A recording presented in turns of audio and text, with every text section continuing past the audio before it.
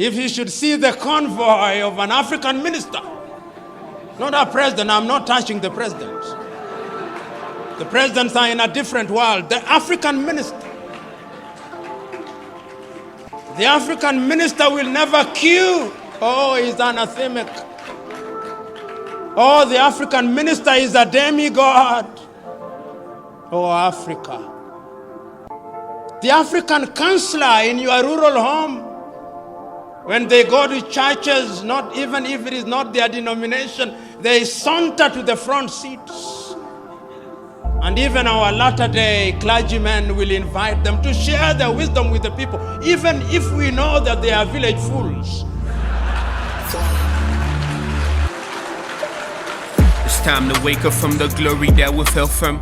Death, yes, popping open. Stop playing dumb. Town criers and the mass criers sound to your eardrums. If you weren't released from the lies, then you were a pawn. They made a dirty game when the blood flows to religion. They do anything for the belly, using gelatin. How could you sow yourself for a morsel of bread? Your people look up to you, but you lie to them instead. Who's gonna build our nation among the politicians? Do they even care about the future generation? What is the fate of the poor among gamblers? Is it a cry of a widow waiting for ambulance? A bandwagon of rubbers behind dollars. They don't care about your business as usual, no honor.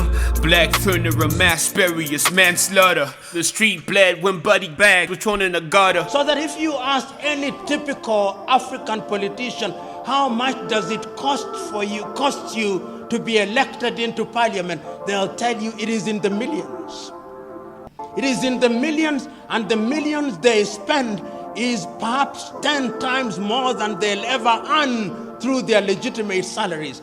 And I ask myself, if your salary in 5 years is going to be 1 billion Ugandan shillings, why should you spend 5 billion Ugandan shillings to get into that office? There must be something that we do not see, but you see, and I know what it is. Flame. Welcome to Africa, we will pay a delegate. We turn a blind eye when money decide a country fate. And the future we dreamt of is anime. They made a den of teeth for the still why the niggas shade. And now the presidential aspirant are the highest bidder. As we rewrite history, we all become writers of villain horsemen, chariots and ghost riders. Say no to vote buyers, say no to old liars. The battle line is drawn down between two giants. The older the young, we've been through change. If you sold your conscience, you will never get change. So now, turn the leaves, let's write a new page. In the heart of the order, we gon' write a new story. Black kings, bring back our glory. By wisdom, it's a house built not on folly. Let the crown of gold be passed throughout the territory. When you confront your typical African electorate, is to convince the electorate that ideas count for something. Many times when you address the electorate and you are waxing eloquent, telling them, when I'm elected, I'm going to ensure that we have good health services. We are going to ensure that we have good schools. We are going to ensure that we create opportunities for innovation and invention and create opportunities for young men and women. They are waiting for you to finish. They will tell you, we hear you. We know you are going to do all those beautiful things. But in the intervening period, I must eat.